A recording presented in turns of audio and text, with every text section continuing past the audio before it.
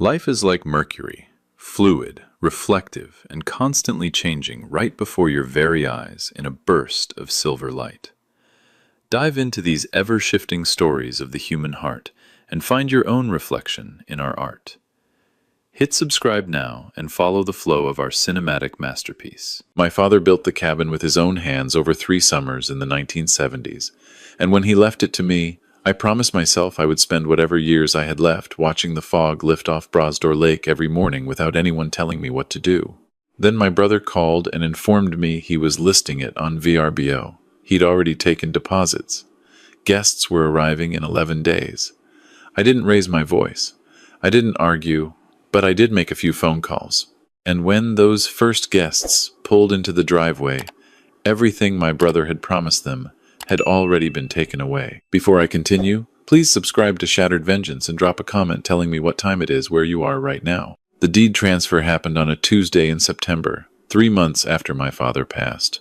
I sat across from a notary in Sydney, Nova Scotia, signing documents that formalized what Dad had already told me in writing and in person for the last decade of his life. The cabin was mine. The half-acre of rocky shoreline on the Brosdor Lakes, the wood-framed structure he'd shingled himself, the dock he'd rebuilt twice after ice damage, the small boathouse where he kept his old aluminum fishing boat. All of it mine. I was 63 years old, recently retired from 34 years as a licensed electrician in Halifax, and I had been waiting for this without knowing how badly I needed it. The drive from Sydney out to the cabin takes 40 minutes on a good day, winding past farmland and then through stands of maple and birch that were already turning in the September air. I'd made that drive hundreds of times as a child, dozens more as an adult visiting Dad on long weekends. This time I drove it alone, with my truck loaded with boxes. And when I turned down the gravel lane through the trees and the lake appeared through the windshield, I had to pull over and sit with the engine idling for a full minute. Dad had chosen the location well. The cabin faced northeast across the lake, which meant on clear mornings the sun came up directly over the water, painting everything copper and pink before the day properly started. He used to say that was the only alarm clock a man needed. I understood what he meant now in a way I hadn't at 30. I spent the first week settling in properly. My own furniture mixed with what Dad had left.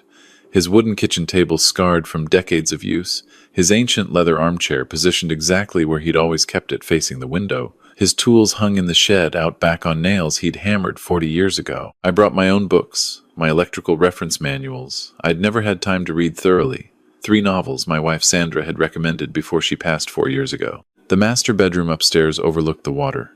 I woke the first morning at 5:43 to light already beginning on the lake, and lay there for 20 minutes just watching it change. By the end of that first week I had a routine. Up before 6, coffee made and carried to the dock, feet hanging over the edge while the lake came alive. A pair of common loons nested somewhere nearby, and their calls in the early morning carried across the water in that particular way that makes you feel like the world is still mostly intact. I'd read until mid-morning, then work on whatever the cabin needed. Dad had kept it up well, but there were small things. A section of dock planking that flexed too much underfoot, the shed roof that needed resealing along one edge, weather stripping on the back door that had dried and cracked. Physical work that I found I'd missed without realizing it. I called my brother that first Saturday evening. He's 4 years younger than me and lives in Dartmouth with his wife. We'd been close enough growing up, drifted in the way brothers sometimes do once families and careers pull in different directions. He called Dad regularly in those last years, which I respected. When Dad was in the hospital, my brother made the drive down twice to sit with him. "I'm in," I said. Finally moved all my things. His voice warmed. "That's good to hear. You've earned some peace, especially after Sandra. Dad would have been glad to know you're there." "It's everything he described," I said. "Better, maybe." We talked for 20 minutes. At the end, he mentioned, almost as an aside, that his wife had been looking into Cape Breton tourism numbers. Real interesting what people pay to rent waterfront properties up there these days. I didn't respond to that part. We said goodnight, and I went back to my dock and watched the last of the light go out of the sky. The loons called. I told myself I'd imagined something pointed in his comment. I hadn't. The call came 3 weeks later on a Thursday morning, while I was reshingling the small section above the kitchen window that had started showing daylight. My brother's name on the screen. I set down my hammer and answered. "I've been running some numbers," he said, without preamble. "Do you have any idea what waterfront property on the Brosdor goes for on vacation rental sites right now? Peak summer weeks, you're looking at maybe 2,500 per week. Shoulder season still pulls 1,500 easy." I kept my voice even. "That's interesting. But this isn't a vacation rental property." "It could be. That's what I'm saying. You're living there full time, I understand that, but you're not using the whole summer. What if we listed it strategically? Long weekends, a few weeks in July and August when you could come stay with us in Dartmouth. I'd handle everything: the platform, the communication with guests, the cleaning crew. You just receive a check." "I don't want a check. I want to live in my father's house." His tone shifted, became measured in a practiced way. "Look, Dad left you the property. That's not in question. But the cabin has been in this family for 50 years. I put time into it too. Weekends helping him rebuild that dock. The summer we redid the boathouse roof. I'm not saying I have legal claim." "Good," I said. "Because you don't. I'm saying I'm family, and I'm offering to do all the work so you can benefit financially from an asset you're otherwise just sitting on. This is a business proposition from your brother. The least you can do is think about it seriously." I thought about it for approximately 3 seconds. "My answer is no. This is my home. I'm not running a business from it." A pause. "You always were stubborn, just like Dad. Dad would have told you exactly what I'm telling you," I said, "and he'd have used fewer words." We hung up without warmth. I went back to my shingling. The loons were quiet that morning, which seemed appropriate. My brother's wife called 2 days later. "I want to be straight with you," she said, which, in my experience, means the opposite is coming. "We're not trying to take anything from you. You own the property, full stop. But you're 63 and you're up there alone. Have you thought about what happens if you have a health problem? If you need to move into assisted living at some point? You could be generating real income now that would help you later. We're offering to take on all the burden."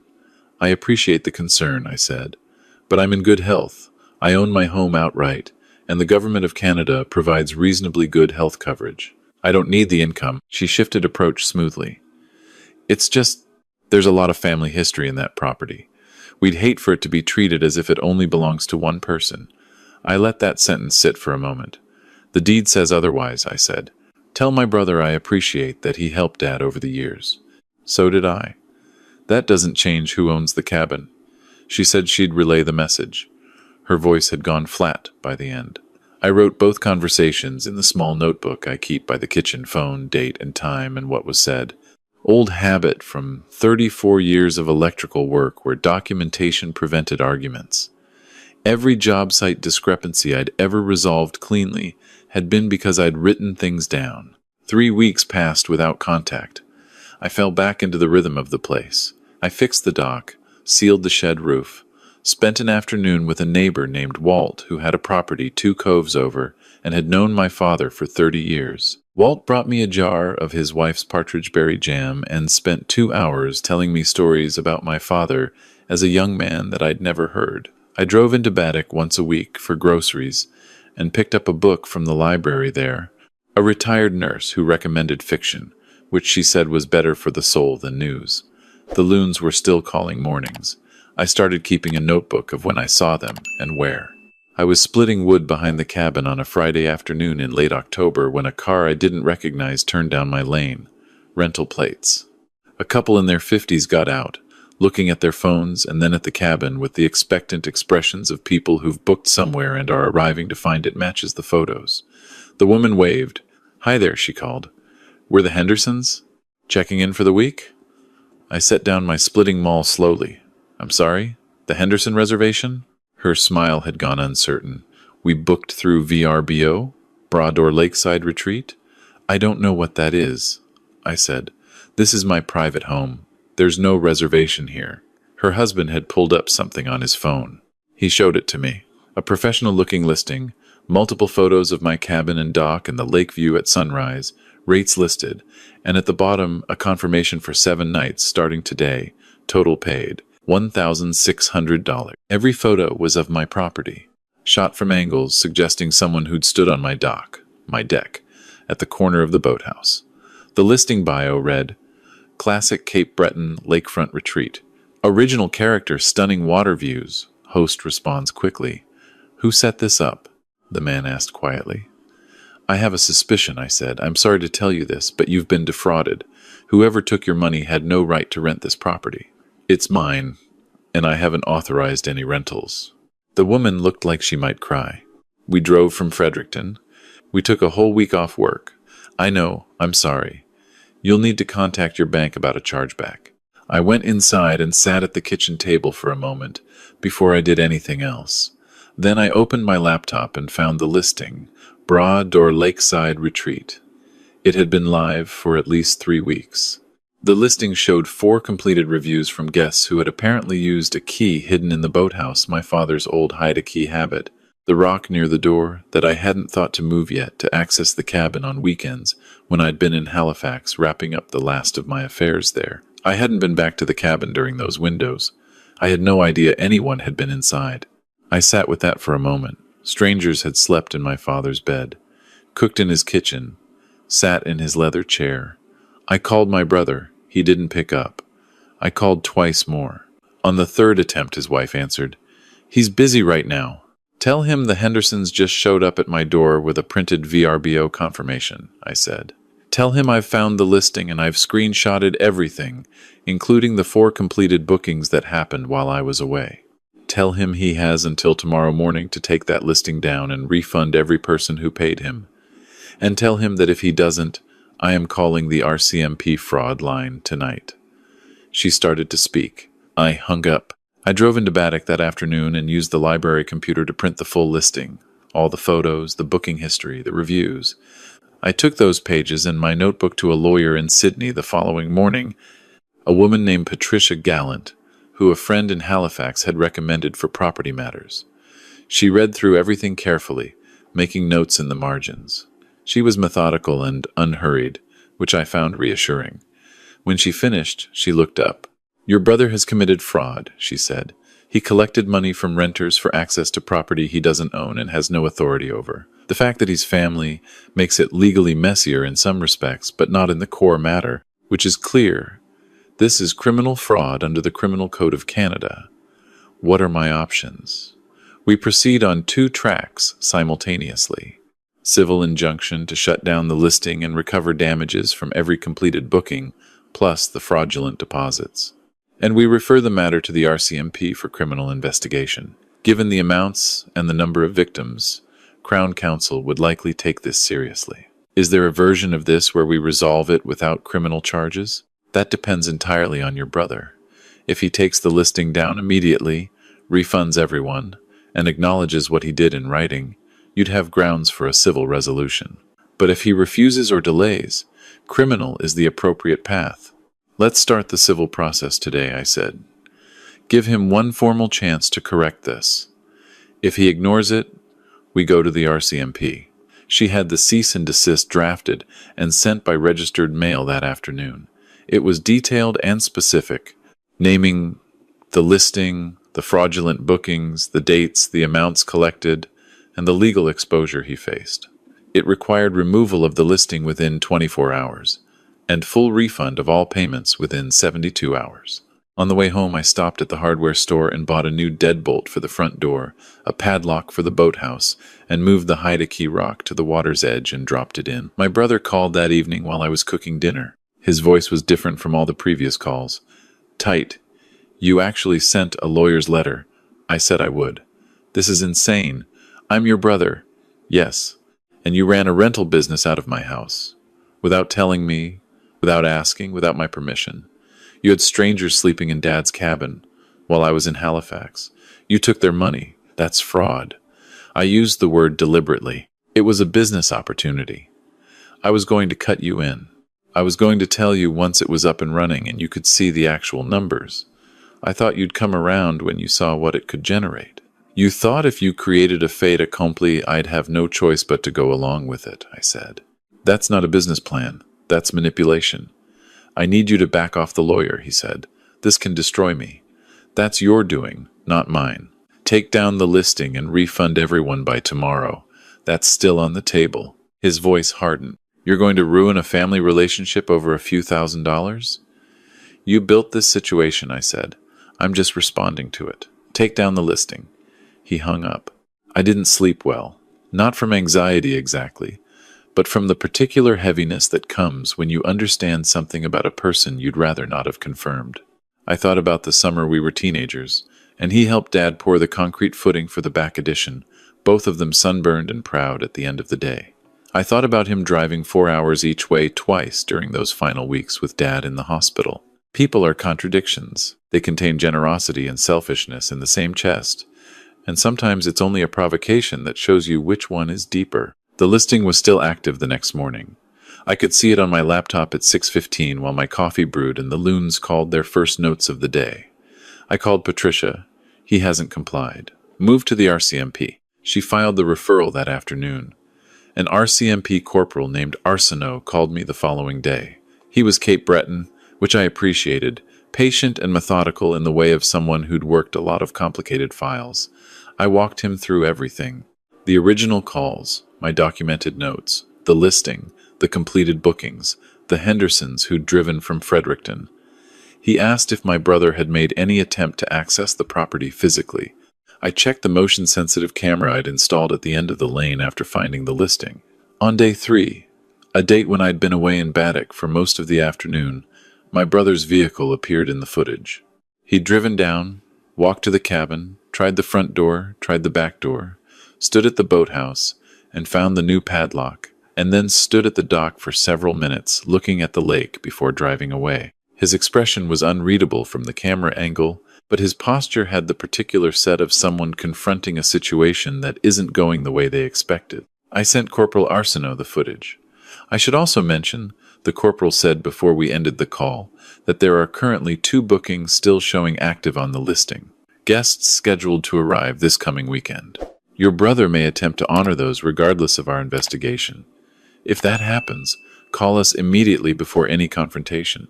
Saturday afternoon came on clear and cold. One of those late October days in Cape Breton that look warmer than they are, the light brilliant on the lake and the last maple color still hanging on the far shore. I'd spent the morning splitting wood and was carrying an armload to the back porch when I heard tires on the gravel lane. My brother's truck came first. Behind it, a small SUV with Ontario plates. I set down the wood and went inside. Called the corporal's direct number. "They're here," I said. "I'll be there in 15 minutes. Stay inside. Don't engage. Just observe." I watched through the kitchen window. My brother got out and spoke to the couple from the SUV, gesturing at the cabin and the lake with the air of someone conducting a showing. They nodded, looked at their phones, looked at the water. The woman smiled. The man had luggage in the back that he was starting to unload. My brother came to the front door and knocked. "Just me," he called. "Need to sort something out."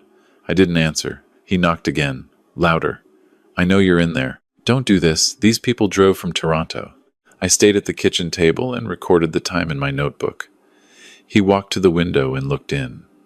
Our eyes met through the glass. He held his hands up in a gesture that was somewhere between appeal and surrender. "I'm not asking a lot here. Just let us through this weekend. I'll take down the listing after. I'll pay you whatever they paid me. Just don't ruin this." I shook my head once. He looked away. The couple had stopped unloading luggage. They were watching the exchange at the window with growing uncertainty. The woman had her phone out.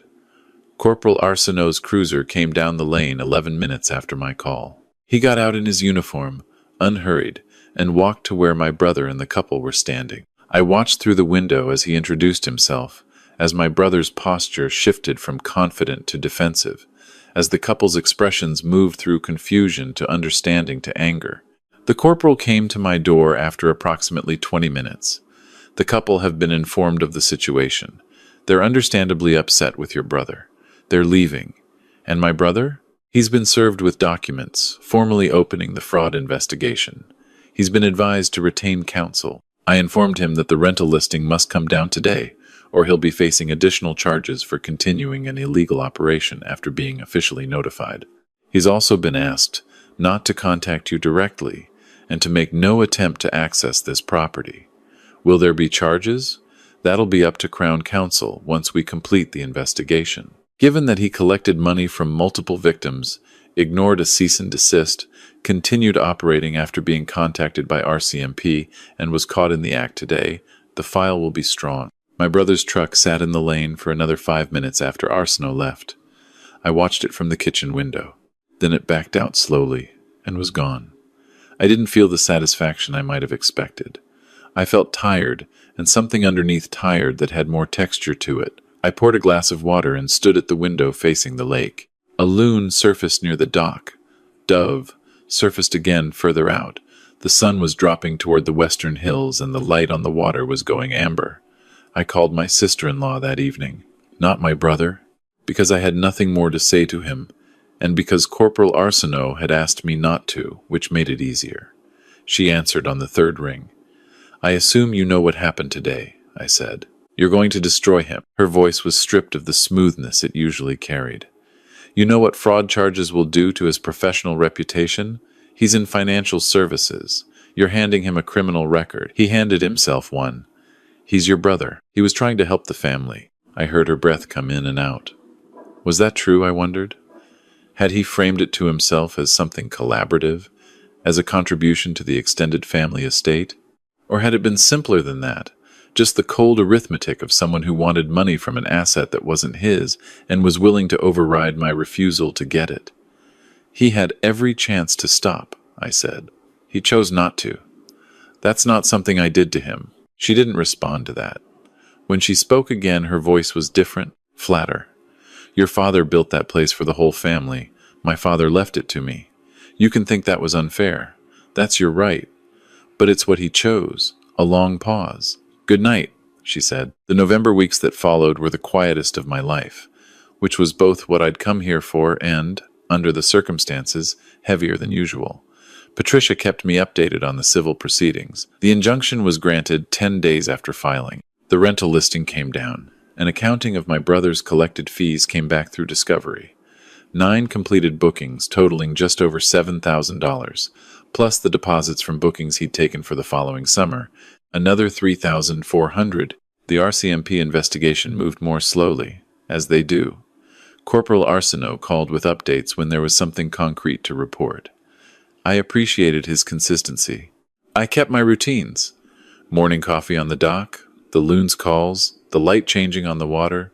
I spent a week properly winterizing the place, work Dad had always done himself, and that I found satisfying to take over. Draining the dock legs of water before the freeze, banking insulation around the foundation perimeter, servicing the wood stove. Walt came by one afternoon and we split the last of the season's wood together. Him talking about my father as we worked, me listening more than speaking. I heard from my brother, through Patricia only. He retained a lawyer in Halifax. The back and forth was impersonal and slow. One evening in December, I sat at the kitchen table and wrote a letter to my brother's wife. Not to my brother. I still wasn't sure what I would say to him, but to her I could say this. "I'm sorry for the damage this has done to your household. I know you didn't initiate any of it. I want you to know that I loved my brother for most of my life, and I still do in whatever complicated way that remains possible. The door here is not permanently closed. But I can't pretend my house wasn't violated, or that my no meant nothing, because if I do that, I'm lying about what happened. I hope you're both right eventually. Thomas." I mailed it from Baddock. I didn't know if she'd respond. Christmas, I spent alone, which was my choice. I'd had offers. Walt and his wife invited me for Christmas dinner, which I accepted for the evening, but not overnight. A friend from my Halifax days called and invited me to come back to the city for a few days. I thanked him and declined. The cabin at Christmas was exactly itself. Cold, clear nights, the lake partly frozen at the edges, fire in the wood stove, the particular silence of Cape Breton in winter that is not emptiness but fullness. All the sound just moved somewhere below audible. I cooked a small roast on Christmas Day and ate it at Dad's kitchen table with a glass of red wine, looking at the lake through the window. A photograph of Sandra and me was on the mantel, the one from the summer we'd visited Dad and all 3 of us had taken the boat out. She'd had her hand in the water off the bow, laughing at something Dad had said. The light in the photo was the same light that was on the lake now, 40-something years later, coming through the same window. I thought about whether I'd handled everything correctly. I'd made the calls I needed to make. I'd documented, escalated, involved the appropriate authorities. I hadn't lost my temper, hadn't threatened anyone beyond what my lawyer had properly set out, hadn't done anything I needed to apologize for, and yet I understood that the correctness of my choices didn't make the outcome feel clean. My brother was facing criminal fraud charges. His marriage was under strain. A relationship that had lasted 60 years was cracked in a way that would leave a mark regardless of how it healed. The right thing and the easy thing are not the same thing. Dad used to say that so often it had become noise when I was young. Sitting at his table with his photograph on the mantel, I heard it differently. Crown Counsel made their decision in late January. Corporal Arsenault called on a Wednesday morning to tell me, given the amount involved, the multiple victims, the continuation of the offense after formal notice, and your brother's failure to comply with the cease and desist, they're proceeding with fraud charges under Section 380 of the Criminal Code. Fraud over $5,000. It's an indictable offense. He'll have a record. That's up to the courts now. Given the strength of the evidence and that he has no prior record, his lawyer will likely negotiate a conditional discharge with restitution. He'd avoid jail time if he completes probation and pays everything back. But there will be consequences either way. I thanked him and set the phone down and went and stood at the window for a while. The loons were somewhere south for the winter. The dock was locked in ice to its second joint. On the far shore, the birch trees were bare and white against the gray sky. My phone buzzed 30 minutes later. A number I didn't recognize. A text message. "This is my brother's wife. I got your letter. I need a few more weeks before I can have a conversation. But thank you for writing." I put the phone down on the kitchen table and went back to looking at the lake. February came in harder than January had been, which in Cape Breton is saying something. I spent 3 days unable to leave the property comfortably, which turned out to be fine. I read through the entire history of the broader lakes that I'd been assembling piecemeal from the Baddock Library, an inland sea, technically, tidal, connected to the ocean by 2 narrow channels, a geography that still struck me as slightly miraculous. Dad had explained it to me when I was 7, and I'd never quite gotten over the strangeness and rightness of it, an ocean that had wandered inland and decided to stay. I started repairing the boathouse properly, the work my brother and I had started with Dad the summer of the boathouse roof, and never quite finished on the interior. There were shelving brackets Dad had intended to install for the fishing equipment, pencil marks still on the studs from where he'd measured. I followed his marks. It seemed like the right approach. Walt came by one afternoon with something unexpected, a photograph he'd found in a box his wife was sorting. My father and Walt as young men, 30-something each, standing on the half-built dock in summer sun with the lake behind them, both of them laughing at something just off camera. "He said you and your brother used to swim off this dock all summer," Walt said. "Used to drive your dad crazy because you'd stay in until you turned blue and he'd have to yell to get you out." I set the photograph on the kitchen windowsill where I could see it from the table. My brother's wife arrived at the beginning of March, alone, in the early afternoon on a Thursday, when the light was still good and some of the ice at the shore had started to pull back. I heard her car on the gravel and watched from the window before going to the door. She looked tired in the way that comes from months of something rather than one bad night. She stood at the bottom of the deck steps. "Can I come in?" "Of course." She sat at the kitchen table and looked around the cabin the way someone does when they're seeing it for the first time as what it actually is rather than as what they'd been planning to use it for. The old shelving, the worn table, Sandra's photograph on the mantel, the window facing the lake. "He's taking the conditional discharge," she said. "The lawyer says it's the best outcome. 2 years probation. The full restitution plus damages, $11,240 total." I heard. She looked at her hands. "He told me he thought you'd come around eventually, that you were just being stubborn, and once the money started coming in, you'd see it differently. He convinced himself the resistance was temporary. I think he actually believed that." I said nothing. She looked up. I told him he was wrong. Not at the time, I should have said it at the time, but I told him after, when everything was already happening. I said you'd never agreed, and he'd built a whole business plan on the assumption that you would. He didn't want to hear it. "Why are you telling me this?" "Because I need you to know that it wasn't unanimous. I didn't support it. I thought it was a bad idea before it was an illegal one. She paused. And because I think he needs to come and say something to you, and he won't do it unless he believes there's a point. He thinks you hate him. I don't hate him, I said. I'm angry. There's a difference. She looked out at the lake. It's beautiful here. I'd only seen it in those listing photos. I thought they must be doctored. They weren't. A loon called somewhere out on the open water, one of the first sounds from that direction since the freeze had come. We both went still for a moment. Were those here when your father was? She asked. Since before him, I imagine, I said. They winter in the Gulf and come back in spring. Same pair, probably, or the same family line. Loons mate for life and return to the same territory.